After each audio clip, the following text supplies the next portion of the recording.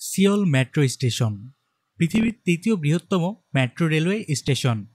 Seoul শহরের প্রায় ৮ million মানুষ প্রতিদিন এই আন্ডারগ্রাউন্ড মেট্রো ব্যবহার করে যাতায়াত করে। এখানে মোট ১৫টি লাইন এবং ৩০০ স্টেশন রয়েছে। এত বড় মেট্রো ব্যবস্থাপনা হওয়ায় এখানকার ক্রিমিনালরাও এই মেট্রো স্টেশনে যাত্রীদের টার্গেট করে। অদ্ভুতভাবে একের পর এক খুন হচ্ছে এই সিওল মেট্রো স্টেশনে। অনেকে বিশ্বাস করে এটা কোনো ভৌতিক কর্মকাণ্ড, তাই তো সাবওয়ে ঘোস্ট নামের আতঙ্ক পুরো মেট্রোকে ঘিরে। সাথে রয়েছে অদ্ভুত এক সাহসী মেয়ের অদ্ভুত সব কর্মকাণ্ড। কে করছে এসব খুন? সত্যি কি কোনো ভূতের উপদ্রব, নাকি রয়েছে অন্য কোনো রহস্য? আজ আপনাদের সাথে আমি হাজির হয়েছি 2019-এ মুক্তি পাওয়া thriller romantic Korean drama catch the গোস্টের এক্সপ্লেনেশন নিয়ে। আশা করছি সাসপেন্সে ভরপুর এই ড্রামাটি আপনাদের অনেক পছন্দ হবে। বিশাল জনবহুল সিওল মেট্রো স্টেশনের শান্তি রক্ষার জন্য একটি আন্ডারগ্রাউন্ড পুলিশ ফোর্স রয়েছে।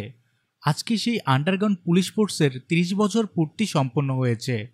তাই তো সেলিব্রেট করার জন্য সিওলের কমিশনার মেট্রোতে একটি প্রদর্শনী অনুষ্ঠানে অংশগ্রহণ করতে এসেছে। কমিশনারের নাম কিম হিয়ং জো। কমিশনারই আন্ডারগ্রাউন্ড পুলিশ ফোর্সের হেড। কমিশনার তার পুলিশ ফোর্সের 30 বছরের সাফল্যে গর্বিত। তাই তো সিওলের সব সাংবাদিকদের মেট্রোতে ডেকে 30 বছর উদযাপন করতে কমিশনার নিজে এখানে এসেছেন। প্রদর্শনীটিতে আন্ডারগ্রাউন্ড পুলিশ ফোর্সের সদস্যরা কিভাবে ক্রিমিনাল ধরতে হয় তার অভিনয় করে দেখাবে। কমিশনার মেট্রোতে প্রবেশের পথে রাস্তায় আমরা ড্রামাটির ফিমেল লিড ক্যারেক্টার ইয়োরিয়ংকে দেখতে পাই। সে সেখানে ট্রাফিক পুলিশের দায়িত্বে কর্মরত রয়েছে। মেট্রোতে পৌঁছে কমিশনার ভ্যাংসরি স্টেশনের পুলিশ অফিসার কো, যার পুরো নাম কো জি সিওক, তাকে অভিনয় প্রদর্শনী করে দেখাতে বলে। কো জি সিওক আমাদের এই ড্রামাটির লিড মেল ক্যারেক্টার। অফিসার কো তার দুই সাথীকে নিয়ে মেট্রোতে যখন পকেট মারদের ধরার অভিনয় করে দেখাচ্ছিল, তখন হঠাৎ কমিশনার লক্ষ্য করে তার পকেট কাটা। কেউ তার ওয়ালেট চুরি করে নিয়ে গেছে। শুধু কমিশনারই নয়, সেই বগিতে থাকা অনেক সাংবাদিক পুলিশদেরও ওয়ালেট পকেট থেকে চুরি হয়ে গেছে। কমিশনার ট্রেন থামিয়ে সেই বগিতে থাকা সবার তল্লাশি নিতে নির্দেশ দেয়। তল্লাশির সময় অফিসার কেজি সিওক সেখানে প্যাসেঞ্জারদের সিটের ভিতর এক লোকের গলা কাটা ভয়ঙ্কর এক লাশ দেখতে পায়। মুহূর্তে গোটা শহরে এই খবর ছড়িয়ে পড়ে। কমিশনারের উপর চাপ আসতে শুরু করে মিডিয়া এবং শহরের মানুষজনের। এক মিডিয়া প্রেস ব্রিফিংয়ে কমিশনার 3 মাসের মধ্যে মেট্রোর এই সিরিয়াল কিলিং আসামিকে ধরার প্রতিজ্ঞা করে। অর্থাৎ এর আগেও অনেককে একই রকমভাবে মেট্রোতে মেরে ফেলা হয়েছে। এটা কোনো সিরিয়াল কিলারের কাজ। কমিশনার সেই সিরিয়াল কিলার এবং মেট্রোতে পুলিশদের বোকা বানানো পকেটমারদের 3 মাসের মধ্যে ধরতে না পারলে তার পজিশন থেকে রিজাইনের ওয়াদা করে। প্রেস ব্রিফিং শেষে কমিশনারকে বেশ উত্তেজিত দেখায়। তিনি সিওককে জিজ্ঞাসা করেন তিনি ভালোভাবে মেট্রো চেক করেছিলেন কিনা। সিওক বলে সে খুব ভালোভাবে মেট্রো চেক করেছে। কমিশনার তখন জানতে চায় তাহলে এই লাশ কিভাবে এখানে আসলো। সেখানে আরও উপস্থিত ছিল জেনারেল ইনভেস্টিগেশন 1-এর চিফ হামারি। হামারি সম্পর্কে কমিশনারের মেয়ে। কমিশনার হামারিকে বলে তুমি 2 বছর ধরে কোনো উন্নতি করতে পারোনি। তুমি যদি মনে করো তোমাকে দিয়ে হবে না, তাহলে বলে কেন দিচ্ছ না? হামারি তখন বলে এই 2 বছরে আমি শুধু সিরিয়াল কিলিং কেসের উপর নজর দেইনি, আমি আরও 2টি কেস সলভ করেছি। আমি এই কেসটাও সলভ করতে পারবো। কমিশনার তখন জেনারেল ইনভেস্টিগেশন 1-কে সিরিয়াল কিলিংয়ের রহস্যের আসামিদের ধরতে দায়িত্ব দেয়, আর সিওককে দায়িত্ব দেয় লোকাসদের ধরার জন্য। মূলত লোকাস্ট একটি পকেটমার গ্যাং। সিওক হামারিকে বলে আমরা যেহেতু এক স্টেশনে কাজ করছি, তাই এই কেসে আমি তোমাকে সব রকম সহায়তা করব। হামারি সিওককে বলে একে কোঅপারেট করা বলে সাহায্য নয়। হামারি কোনো এক কারণে সিওককে দেখে খুশি ছিল না। কেন কি কারণে তা আমরা পরে জানতে পারবো। সিওল মেট্রোতে এর আগে 3 জনের লাশ পাওয়া গেছে, এবারে লাশটি 4 নম্বর। সিরিয়াল কিলার টিকিট ব্যারিয়ার থেকে স্টেশনে যাওয়ার পথে ভিকটিমদের কিডন্যাপ করে তারপর তাদের খুন করে মেট্রোতেই রেখে দেয়। মিডিয়া তাই এই সিরিয়াল কিলারের নাম দিয়েছে সাবওয়ে গোস্ট। জেনারেল ইনভেস্টিগেশন 1-এর দায়িত্ব এই সাবওয়ে গোস্টকে খুঁজে বের করা। অন্যদিকে মেট্রোতে যেসব পকেট পার হচ্ছিল সেগুলো দীর্ঘদিন ধরে একটি সংবদ্ধ চক্র করে আসছিল। তারা পকেট কাটার সময় তাদের সাইন সেখানে রেখে চলে আসে।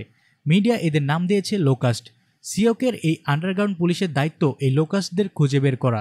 তাই সিওক সিদ্ধান্ত নেয় পুরো মেট্রোতে তল্লাশি করার। সিওক শেষ ট্রেনে তল্লাশির সময় একটি মেয়েকে মরার মতো পড়ে থাকতে দেখে। মেয়েটি আর কেউ নয়, আমাদের ড্রামার female lead character Yoo Ryung. Seok officer ইয়োরিয়ংকে দেখে ভেবেছিল মরে পড়ে আছে। হঠাৎ একজন লোক ইয়োরিয়ংয়ের দিকে এগিয়ে আসতে শুরু করে। সে তার গলা থেকে গয়না খুলে নেয়, সেই সাথে লোককাস্তের মতো সাইন দিয়ে ব্যাগ কেটে জিনিস নিয়ে নেয়। আসলে ইয়োরিয়ং সেখানে মরার ভান করে পড়েছিল। ইয়োরিয়ং সেই লোককে তাড়া করতে যাবে, অফিসার সিওক বলে এটা আমাদের কাজ, তখনই ইউরিয়ং অফিসার সিওকের হাতে হ্যান্ডক্যাপ পরিয়ে মেট্রোতে রেখেই সেখান থেকে চলে যায় লোকাস ধরতে। সিওক ট্রেনে আটকে থেকে চিৎকার করে তাকে হ্যান্ডকাপ খুলে দেওয়ার জন্য বলতে থাকে। ইউরিয়ং লোকাসকে তাড়া করার সময় হারিয়ে ফেলে, কিন্তু ইউরিয়ং খুবই বুদ্ধিমান একটি মেয়ে। গোটা মেট্রো স্টেশন তার মুখস্থ, কোথায় কোন দোকান আছে, কোন ময়লার ডাস্টবিন কত মিটার দূরে আছে সবকিছু তার মাথায় কম্পিউটারের মতো সেভ করা। ইউরিয়ং লোকাসকে এক্সিট পয়েন্টে ধরতে পারবে না, তাই শর্টকাটে এন্ট্রেন্স পয়েন্টে গিয়ে লোকাসকে ধরে ফেলে। অন্যদিকে ইনভেস্টিগেশন টিমের চিফ হামারি তার পার্টনার হিয়োককে নিয়ে মেট্রো স্টেশনে সাবওয়ে গোস্টের ইনভেস্টিগেশন করছিল। হামারি হিয়োককে সিওকের কাছ থেকে সিসিটিভি ফুটেজ নিতে বলে। তখনই তারা দেখতে পায় ট্রেনের মধ্যে সিওক হ্যান্ডকাপ পরা অবস্থায় আটকে পড়ে আছে। বেচারা অনেক চেষ্টা করেও হ্যান্ডকাপ খুলতে পারছিল না। হামারি সিওককে জিজ্ঞাসা করে তোমার কি হয়েছে। সে কোনো জবাব না দিয়ে লজ্জায় অন্যদিকে তাকিয়ে বসে থাকে, আর ট্রেন সেই মুহূর্তে ছেড়ে দেয়। সিওক বেচারা পুরো রাত সেই মেট্রো ট্রেনেই আটকা পড়েছিল। পরের দিন সকালে অফিসে সিওক কাজ করছিল। কালকের ঘটনার কারণে সিওক সিদ্ধান্ত নেয় সেও তার সাথে একজন পার্টনার নেবে। তাই আজ সে ইন্টারভিউ নেবে, আর সেই ইন্টারভিউ দিতে সেখানে লোকাস নিয়ে হাজির হয় ইয়োরিয়ং।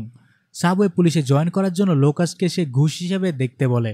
তাকে দেখি অফিসার সিওক টেবিলের নিচে লুকিয়ে পড়ে। অন্যান্য সদস্যরা মেয়ে পার্টনার অফিসে জয়েন করবে ভেবে বেশ খুশি হয়।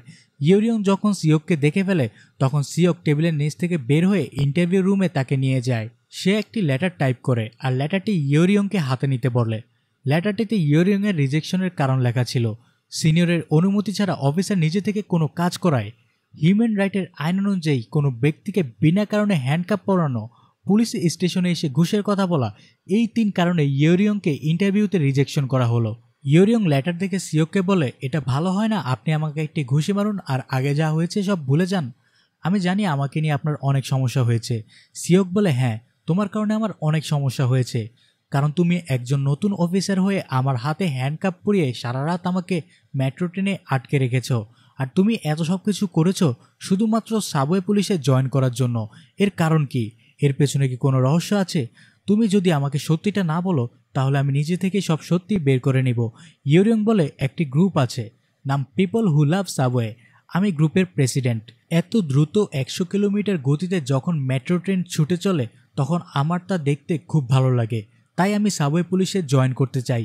এসব শুনে সিওক ভাবে মেয়েটি সম্ভবত পাগল, আর নয়তো মাথায় সমস্যা আছে। সিওক তাকে বলে তুমি চাইলে অফিস শেষ করে যত ইচ্ছা মেট্রো ট্রেনে ঘুরতে পারো, এর জন্য তোমার সাবওয়ে পুলিশে জয়েন করার কোনো দরকার নেই। ইয়োরিয়ং বলে স্যার, আমি মেট্রো স্টেশনে সবকিছু খুব ভালোভাবে চিনি, তাই ওই বদমাশদের ধরার দায়িত্ব আমি নিতে চাই। এসব বলে ইয়োরিয়ং সিওকের হাত চেপে ধরে। সিওক বলে একটি ছোট ছিদ্র একটি নৌকাকে ডুবে দিতে পারে। তুমি কাল যেভাবে কাজ করেছো তাতে আমরা লোকাসদের কখনো ধরতে পারবো না। এই বলে সিওক ইয়োরিয়ংয়ের হাত ঝাড়া দিয়ে সেখান থেকে বের হয়ে যায়।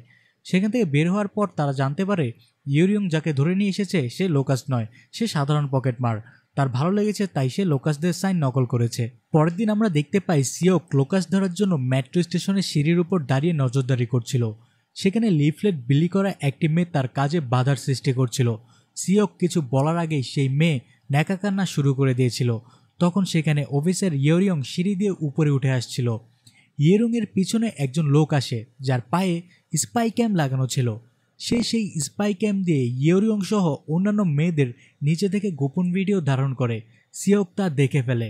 সেখানে আরও একজন লোককে দেখা যায় যার পকেটের কলমে স্পাই ক্যাম লাগানো ছিল। সিওক ভিড় সরিয়ে সামনে তাকে ধরতে এগিয়ে যায়। স্টেশনের বাইরে সিওক পায়ের জুতোয় ক্যামেরা লাগানো লোককে ধরে ফেলে। সে তার জুতো চেক করে এবং ক্যামেরা খুঁজে পায়। সেই লোক তখন তাকে বলে আপনার কাছে প্রমাণ আছে আমি যে এটাতে ভিডিও করেছি? সিওক তখন বলে আপনি হয়তো জানেন না, আমরা এখন সব রকমের প্রস্তুতি নিয়েই আসি। সে ক্যামেরার মেমোরিটি খুলে একটি ডিভাইসে লাগায় চেক করার জন্য। ডিভাইস চেক করার সময় সে দেখতে পায় সে ফাইলগুলো আগেই কাউকে পাঠিয়ে দিয়েছে। সিওক তাকে জিজ্ঞাসা করে তুমি ফাইলগুলো কাকে পাঠিয়েছ? সে কোনো জবাব না দিয়ে বলে আপনি কোনো প্রমাণ ছাড়া আমাকে গ্রেফতার করতে পারবেন না। এই বলে সেই লোকটি সেখান থেকে চলে যায়। এরপর সেই 2 লোককে আমরা একটি রেস্টুরেন্টে দেখতে পাই। তারা সেখানে গোপনে ধারণ করা ভিডিওর ফাইলগুলো দেখছিল। তারা একটি অসাধু চক্র। এভাবে গোপনে ভিডিও ধারণ করে মেয়েদের ব্ল্যাকমেল করে তারপর তাদের গোপন ঠিকানায় নিয়ে যায়। সেখানে তারা মেয়েদের সেক্সুয়ালি হ্যারাসমেন্ট করে। তারা 2টি মেয়ের ভিডিও ধারণ করেছিল, একজন অফিসার ইয়োরিয়ং, অন্যজন অচেনা একটি মেয়ে। তারা তাদের ক্লায়েন্টদের এই 2 জন মেয়েদের মধ্যে একজনকে সিলেক্ট করতে বলে। অফিসার ইয়োরিয়ংকে অন্য মেয়ের সাথে তুলনা করে কম সুন্দরী হওয়ায় তাকে বাদ দিয়ে দেয়। তাদের বর্তমান টার্গেট অন্য অচেনা মেয়েটি। এদিকে ইয়োরিয়ং সাবওয়ে পুলিশে জয়েন করতে না পারায় মন খারাপ করে ট্রাফিক সিগন্যাল সামলাচ্ছিল। ঠিক সেই সময় অফিসার সিওক তাকে কল করে বলে, তোমাকে একটি ক্রাইম রিপোর্ট করতে হবে, জলদি অফিসে চলে আসো। ইয়োরিয়ং সেখানে এসে বলে যে এখানে আমি সুরক্ষিত নই, সেখানে তারা অন্য মেয়েদের সাথে ভয়ানক কিছু করতে পারে, আমরা অ্যাকশন কেন নিচ্ছি না। সিওক বলে, প্রমাণ ছাড়া আমরা কোনো ওয়ারেন্ট জারি করতে পারি না। আমার মনে হয় না তারা কাজটি নিজেদের জন্য করেছে, আমার মনে হয় তারা এই ভিডিওগুলো অন্য কারোর সাথে শেয়ার করবে। তখন ইয়োরিয়ং নিজের কথা ভাবতেই চিৎকার করে ওঠে। তারপর সে কম্পিউটার চেক করতে চলে যায়। সেখানে সে তার গোপনে ধারণ করা ভিডিওগুলো দেখতে পায়। তখন সে কম্পিউটারে ঢেকে ফেলে আর সিওককে এগুলো দেখতে মানা করে। সিওক বলে, আমি প্রমিস করছি আমি এগুলো দেখব না, আগে তুমি ফাইলগুলো সেভ করো, কেস শেষ হওয়ার পর আমি নিজে এগুলো ডিলিট করে দিব। তখন ইয়োরিয়ং সিওককে কম্পিউটারে অন্য একটি মেয়ের ভিডিও দেখতে বলে, সাথে সেখানে একটি ইনভাইটেশন লিঙ্ক ছিল। তারা গোপনে একটি জায়গায় তাদের সিলেক্ট করা মানুষদের ডেকে সেই মেয়েটিকে সেক্সুয়ালি অ্যাসল্ট করার প্ল্যান করছিল। তখনই ইয়োরিয়ং রেগে যায় আর বলে, চলুন স্যার, আমরা আমাদের কাজ শুরু করি। সিওক বলে, সাবওয়ে পুলিশ ভায়োলেন্ট ক্রাইম দেখে না, আমাদের কাজ লোকাস ধরা। তখন সিওক সাইবার ক্রাইম ইউনিটকে কল করে আর বলে, অফিসার, আমরা একটি রেপ পার্টির ইনভাইটেশন পেয়েছি। সাইবার ক্রাইম ইউনিট থেকে বলা হয়, এখনও তো কিছুই হয়নি, আগে হোক তারপর দেখা যাবে। সিওক অবাক হয়ে বলে, সবকিছু হয়ে গেলে তো সবাই গায়েবী হয়ে যাবে। এইসব শুনে ইয়োরিয়ংয়ের মেজাজ কন্ট্রোলের বাইরে চলে যায়। সে অফিসের আলমারি থেকে সিওকের বন্দুক নিয়ে বের হয়ে যায়। সিওক তাকে যেতে দেখে বলে, এটা কি আমার বন্দুক? ইয়োরিয়ং বলে, কিছু সময়ের জন্য ধার নিচ্ছি, কাজ শেষ হলে ফেরত দিয়ে দেব। সে তার বন্দুক নিতে ইয়োরিয়ংয়ের পেছনে দৌড়াতে শুরু করে আর বলতে থাকে, এই বন্দুক দিয়ে আমরা কাউকে গুলি করতে পারবো না, এটা দিয়ে আমরা শুধু কাউকে ভয় দেখাতে পারবো। ইয়োরিয়ং বলে, আমিও শুধু ভয় দেখানোর জন্য নিচ্ছি। এই বলে সে রাস্তা থেকে একটি স্কুটি নিয়ে চালাতে শুরু করে। তাকে তাড়া করতে করতে সিওকও স্কুটিতে উঠে পড়ে। সিওক জিজ্ঞাসা করে, তুমি কি জানো তারা কোথায় আছে? ইয়োরিয়ং বলে, সাইবার স্কোয়াড বলতে পারবে, আপনি তাদেরকে ফোন করে জিজ্ঞেস করুন। সিওক খুবই পরিপাটি একজন অফিসার, আইন ভঙ্গ হয় এমন কোনো কাজ সে করে না। সে স্কুটিতে উঠে আগে মাথায় হেলমেট পরে নেয়। ইয়োরিয়ংকে বারবার বলতে থাকে স্কুটি ধীরে চালানোর জন্য। কে শুনে কার কথা? ইয়োরিয়ং পাগলের মতো স্কুটি নিয়ে ছুটছে। ট্রাফিকের রেড সিগন্যাল পড়লে সে দাগের বাইরে চলে যায়। সিওক জোর করে তাকে আবার দাগের ভিতর নিয়ে আসে। ইয়োরিয়ং বলে, আপনি গাড়ি কেন নিয়ে আসছেন না? সিওক বলে, আমাদের কাছে পেট্রোলের গাড়ি হয় না, কারণ আমরা সাবওয়ে দিয়ে যাতায়াত করি। ইয়োরিয়ং এত স্পিডে স্কুটি চালাচ্ছে, প্রতিটি গাড়ির সাথে অল্পের জন্য ধাক্কা লাগা থেকে তারা বেঁচে গিয়েছে। সিওক তো পিছন থেকে চিৎকার করেই যাচ্ছে আস্তে চালানোর জন্য। ইয়োরিয়ং তার কথায় কোনো পাত্তাই দিচ্ছে না। একসময় ইয়োরিয়ং জোরে ব্রেক করলে সিওক ইয়োরিয়ংয়ের শার্ট ধরে থাকায় ব্যালেন্স সামলাতে না পেরে তার শার্ট ছিঁড়ে যায়। বাকি রাস্তা তখন সিওক পিছন থেকে ড্রাইভ করে নিয়ে আসে। স্কুটি থেকে নেমে সিওক ইয়োরিয়ংকে তার ব্লেজার খুলে পরে নিতে বলে। ইয়োরিয়ং বলে, স্যার, আপনার ব্লেজার নয়, আপনার শার্টটা চাই। তারা একটি রেস্টুরেন্টের যায় জিজ্ঞাসাবাদের জন্য। রেস্টুরেন্টের মালিক বলে, এখানে একটি টিম এসেছিল, তারা একটু আগে এখান থেকে চলে গেছে। তারা উপর থেকে দেখতে পায় গাড়ি নিয়ে সেই লোকগুলো চলে যাচ্ছে। ইয়োরিয়ং উপরের 2 তলা থেকে নিচে লাফিয়ে পড়ে। সিওক অবাক হয়ে সিঁড়ি দিয়ে নামতে নামতে বলতে থাকে, এই মেয়ে পাগল, পুরোই পাগল। এরপর তারা সেই গাড়িকে আবার তাড়া করতে শুরু করে, কিন্তু ট্রাফিক সিগন্যালের কারণে কিছু দূর না যেতেই তারা গাড়িটিকে হারিয়ে ফেলে। ইয়োরিয়ং স্কুটি নিয়ে সিঁড়ি নিচে নেমে আন্ডারগ্রাউন্ড মার্কেটের ভেতর দিয়ে চলে যায়। এখানে সে আবার তার মেধার পরিচয় দেয়। মনে মনে পুরো ম্যাপ মাথায় ঘেঁটে সে গাড়িটিকে ধরার জন্য একটি পথ বের করে নেয়। আন্ডারগ্রাউন্ড মার্কেট থেকে সে সিওককে স্কুটি নিয়ে বের হতে বলে আর নিজে চলে যায় গাড়িটিকে ধরতে। সে গাড়িটির সামনে এসে ধরে আর তাদের গাড়ি থেকে বের হয়ে আসতে বলে। লোক দুটো গাড়িটি পিছনে নিয়ে ইয়োরিয়ংকে ফেলে সেখান থেকে পালিয়ে যায়। গাড়িতে যেতে যেতে লোক দুটি অন্য মেয়েটিকে অ্যানেস্থেসিয়া দিয়ে কিডন্যাপ করার প্ল্যান করে। সে মেয়ে কোথায় আছে নজর রাখার জন্য তারা তাদের মেম্বারদের ইতোমধ্যে কাজে লাগিয়ে দিয়েছে। ক্ষুধার্ত জানোয়ারের মতো তারা মেয়েটির উপর নজর রাখছিল। ইতিমধ্যেই সেই লোক দুটি ফোন করে তাকে ভিডিও ক্লিপ দিয়ে ব্ল্যাকমেল করে ভয় দেখাতে শুরু করে। সিওক ইয়োরিয়ং স্টেশনে যাবে স্কুটি নিয়ে। সিওক দেখতে পায় ইয়োরিয়ং তার দিয়ে স্কুটি স্টার্ট করার চেষ্টা করছে। ইয়োরিয়ং পুলিশ স্টেশনের সামনে থেকে স্কুটিটি পড়ে থাকতে দেখে তা চুরি করে নিয়ে আসে। সিওক বলে, এর চাবি কোথায়? ইয়োরিয়ং বলে, চাবি তো এর মালিকের কাছে, আমাদের কাছে কোনো উপায় ছিল না, আর স্টেশনের সামনে পড়ে থাকতে দেখে নিয়ে এসেছি। এসব দেখে সিওক হতভম্ব হয়ে যায়। সাবওয়ে স্টেশনে ফিরে এসে তারা সিদ্ধান্ত নেয় তারা 2 স্টেশনে আলাদা হয়ে মেয়েটিকে খুঁজবে। তাছাড়া তাদের সিসিটিভি ফুটেজ চেক করতে হবে, কারণ তারা জানে না মেয়েটিকে ঠিক কোন জায়গা থেকে কিডন্যাপ করা হবে। সিওক হেড মিনিস্ট্রিকে একটা লেটার লিখতে বলে। সিসিটিভি ফুটেজ চেক করতে হলে তাদের আগে পারমিশন নিতে হবে। ইয়োরিয়ং বলে, আজকে আমাদের নাইট ডিউটি, লেটার লিখে সময় নষ্ট করার কি প্রয়োজন, আমরা তাকে রিকোয়েস্ট করলেই তো পারি। সিওক বলে সিস্টেমের বাইরে গিয়ে আমরা কিছুই করতে পারবো না। ইতিমধ্যে টেবিলের বক্স থেকে একটি চাকু নিয়ে ইউরিয়ং সিসিটিভি রুমের দিকে ছুটে চলে। চাকু দিয়ে সে রুমের দরজা খুলে ফেলে। সিওক তখন রেগে গিয়ে বলে, আমি এই ছিদ্রের কথাই বলেছিলাম, তুমি পুরো নৌকো ডুবিয়ে দিবে। ইউরিয়ং বলে, এখানে ছিদ্র তো আপনি স্যার, এখানে পুরো সিস্টেমটাই বাজে, তাদের উপর আমরা কোনো ভরসা করতে পারি না। সিওক তখন কিছু একটা ভেবে তার কথায় সম্মতি দিয়ে সিসিটিভি ফুটেজ দেখতে রাজি হয়ে যায়। তারা কোনো মধ্যে সিসিটিভি ফুটেজ দেখে সেই স্টেশনটি খুঁজে বের করে আর দেখতে পায় সেই মেয়েটি সকাল 8টায় স্টেশনে এসেছিল। সে একটি ওয়ান টাইম কার্ড ব্যবহার করেছিল। মেয়েটি যেখানে গতকাল কাজ করেছিল তারা সেই ঠিকানা খুঁজে বের করে। সিওক ইউরিয়ং সেই ঠিকানায় গিয়ে জিজ্ঞাসা করে। একটি মেয়ে বলে ওই মেয়েটি শুধুমাত্র একদিনের জন্য সেখানে ভলেন্টিয়ার হিসেবে কাজ করেছিল। তারা মেয়েটির কাছে ওই মেয়েটির নাম্বার চায়। সে তাদেরকে মেয়েটির নাম্বার দেয়। সিওক তাকে কল করে কিন্তু সে কল ধরে না। তখন ইউরিয়ং ওই মেয়েটির অন্য কোনো তথ্য আছে কিনা জানতে চায়। মেয়েটির সোশ্যাল মিডিয়া প্রোফাইল তারা পেয়ে যায়। তারা সেখানে একটি ছবি দেখতে পায় যা কিনা 7:30টায় তোলা। তার মানে মেয়েটি 7:30টায় প্রতিদিন স্টেশনে আসে। তাদের কাছে আর মাত্র 20 মিনিট বাকি আছে সেখানে পৌঁছানোর জন্য। এক্সিট নম্বর 8-এ একটি আন্ডারগ্রাউন্ড ক্যাফে রয়েছে। সেখানে একটি মিরর রয়েছে, ওই জায়গা দিয়ে মেয়েটি যাতায়াত করে। সিওক তাদের টিমের বাকি 2 মেম্বারকে কল করে জানতে চায় তারা স্টেশনে কিছু দেখেছে কিনা। তারা বলে তারা নজর রাখছে, কিছু এখনও দেখেনি। এদিকে ইউরিয়ং গভীরভাবে কিছু ভাবতে থাকে। সে মনে মনে ম্যাপ ক্যালকুলেশন করতে থাকে। সিওলের যে স্টেশনগুলোতে এক্সিট 8 রয়েছে আর যেখানে আন্ডারগ্রাউন্ড ক্যাফের সামনে মিরর রয়েছে এমন একটি স্টেশনই রয়েছে, সেটা হলো হানিয়ান। এখানে আরও একবার ইউরিয়ং তার মেধার পরিচয় দেয়। তারা স্কুটি নিয়ে সেই স্টেশনে রওনা দেয়। দ্রুত গতিতে স্কুটি চালাতে থাকে ইউরিয়ং। ইতোমধ্যে সেই মেয়েটি ওই স্টেশনে পৌঁছে যায় যেখানে সেই বদমাশ লোকটি তাকে অ্যানেস্থেসিয়া দিয়ে অজ্ঞান করে গাড়িতে তুলে নেয়। ঠিক সেই সময় তারা সেখানে পৌঁছে যায়। ইউরিয়ংয়ের সন্দেহ জাগলে একটি গাড়ি তল্লাশি করতে চায়। গাড়িটির মধ্যে সেই মেয়েটি ও লোক দুটি বসেছিল। ইউরিয়ং জানালার মধ্যে দিয়ে হাত ঢুকিয়ে গাড়ি থেকে লোকটিকে বের করার চেষ্টা করলে লোকটি গাড়ির জানালা হাতসহ আটকে দেয়। দূর থেকে সিওক তা দেখতে পায়। তার মাথায় তখন একটা কথা ঘুরছিল। ইউরিয়ং তাকে বলছিল, এখানে ছিদ্র তো আপনি স্যার, আর আমি সেই ছিদ্রকে বন্ধ করার জন্য এসেছি। সিওক স্কুটি নিয়ে তখন লাফ দিয়ে গাড়ির সামনের কাছে এসে পড়ে। সিওক গাড়ির উপরে এসে পড়ে, তার দম বন্ধ হয়ে আসছিল। সে বলতে থাকে, আমি নিঃশ্বাস নিতে পারছি না, তাড়াতাড়ি অ্যাম্বুলেন্স কল করো। কিছুক্ষণের মধ্যে সিওক পুরোপুরি ঠিক হয়ে যায়। ইতিমধ্যে পুলিশ আসে আর সেই 2 লোককে গ্রেফতার করে গাড়িতে তুলে নেয়। ইউরিয়ং দৌড়ে সিওককে কিছু একটা বলতে যায়। সিওক সাইবার ক্রাইম ডিভিশনকে ফোনে বলছিল, hello cyber crime division, spy crime কেসে একজন ভিকটিম ছিল যিনি আমাদের একজন অফিসার।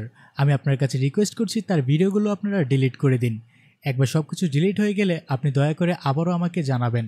এই সব কিছুই ইউরিয়ং শুনতে পায়। সিওক যে অত্যন্ত ভালো একজন মানুষ এখানেই তা প্রমাণ হয়ে যায়। পুলিশ স্টেশনে এসে ইউরিয়ং তার ছবি বিলবোর্ডে বাকি পার্টনারদের সাথে রাখে।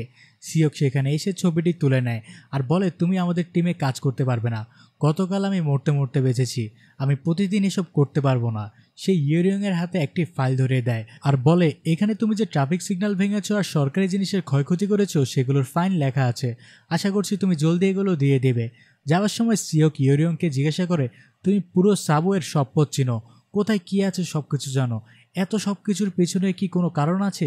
ইউরিয়ং বলে, আমি তখনই আপনাকে সত্যিটা বলবো যখন আপনি আমাকে আপনার টিমে নেবেন। সিওক বলে, তুমি এখন আসতে পারো। তখন আমরা দেখি ইউরিয়ং স্টেশনে গিয়ে একা একা বসে আছে। সে তার পুরনো স্মৃতি মনে করে বিমর্ষ হয়ে আছে।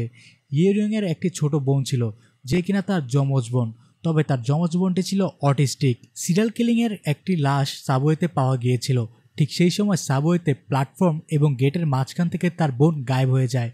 অন্য সবার কেস পুলিশ নিলেও তার বোনের কেস পুলিশ নেয়নি, কারণ তার বোনের কোনো লাশ সাবওয়েতে খুঁজে পাওয়া যায়নি। এরপর থেকেই তার সাবওয়েতে নজর রাখা শুরু। কে বা কারা তার বোনকে মেরে ফেলেছে, তার লাশই বা কোথায় আছে, এই সব কিছুই একটা বড় রহস্য। এই সব কিছু খোঁজার জন্যই সে সাবওয়ে পুলিশে যোগ দিতে উঠে পড়ে লেগেছে। এদিকে স্পাই ক্রাইম কেসের ভিকটিম সাবওয়ে স্টেশনে আসে। সে অফিসারদের জন্য একটি গিফট নিয়ে আসে আর বলে, আমি শুনেছি পুলিশ এবং সাইবার ক্রাইম ইউনিট আমার কেস নিতে রাজি হয়নি। আপনারা আমার জন্য অনেক কিছু করেছেন, বিশেষ করে আপনাদের সেই মেয়ে অফিসার। আপনারা না থাকলে আমার কী যে হতো। সেই মেয়ে অফিসার অফিসে আসলে আমার তরফ থেকে ধন্যবাদ জানিয়ে দিবেন। এসব বলে মেয়েটি সেখান থেকে চলে যায়। ইউরিয়ংকে টিমে অন্তর্ভুক্ত না করায় সিওকের বাকি 2 মেম্বারও খুশি নয়। তারা বলে ইউরিয়ংকে অবশ্যই জানিয়ে দেবে সে অনেক ভালো কাজ করেছে। সিওক তখন বারবার মেসেজে টাইপ করছিল ইউরিয়ংকে টিমে যোগ দেওয়ার জন্য, কিন্তু মেসেজ সে সেন্ড করছিল না। অনেক ভাবার পর পরের দিন রাতে সে ইয়োরিয়ংকে মেসেজ পাঠিয়ে দেয়। সকালেই খুশিতে দৌড়ে সে সাবওয়ে স্টেশনে এসে হাজির হয়। সে বলে, আমি মন দিয়ে সব কাজ করব। ইয়োরিয়ং তার জন্য রাখা গিফটটি সবার মাঝে ভাগ করে দেয়। রাতে নাইট ডিউটির জন্য ইয়োরিয়ংকে স্টেশনেই ঘুমাতে হবে। সেখানে লেডিসদের জন্য আলাদা কোনো রুম ছিল না, তাই সিওক ইয়োরিয়ংকে তার রুমে শুয়ে পড়তে বলে। সে বাইরে ঘুমাবে, কিন্তু ইয়োরিয়ংয়ের চোখ বারবার শুধু সাবওয়ের চাবির দিকে যাচ্ছিল। এদিকে সাবওয়ে গোস্ট ইনভেস্টিগেশন টিমের চিফ হামারি কেসের কোনো ক্লুই পাচ্ছিল না। তার পার্টনার হিউইয়ক তাকে বলে, ইয়োরিয়ংয়ের যমজ বোনের কেসটি আমরা কেন নিচ্ছি না? ওই একই দিনে তো তার বোনও গায়েব হয়েছিল। আমরা যদি তাকে প্রথম ভিকটিম হিসেবে ধরি তাহলে হয়তো আমরা অনেকগুলো ক্লু পেতে পারি। হামারি বলে, কিন্তু আমরা তার বোনের কোনো লাশ সাবওয়েতে খুঁজে পাইনি, তাহলে কেন এই কেসের সাথে আমরা তাকে অন্তর্ভুক্ত করব? ড্রামাটির প্রথম পর্বের শেষ অংশে আমরা দেখতে পাই সাবওয়ের চাবি নিয়ে ইয়োরিয়ং রাতে একাই সাবওয়েতে চলে যায়। সেখানে খুবই ভয়ানক ভৌতিক একটা পরিবেশ। পিছন থেকে কে যেন ইয়োরিয়ংয়ের ক্ষতি করতে চাইছে। কি আছে এই সাবওয়ের মাঝে রহস্য? ইয়োরিয়ংয়ের কি কোনো ক্ষতি হবে? এই সব কিছু আমরা পরবর্তী এপিসোডে জানবো। পরের এপিসোডটি দেখার জন্য আমাদের চ্যানেলটি সাবস্ক্রাইব করে বেল বাটনটি অন করে দিন। কমেন্ট করে জানিয়ে দিন আপনাদের মতামত। সবাইকে আমাদের পাশে থাকার জন্য ধন্যবাদ।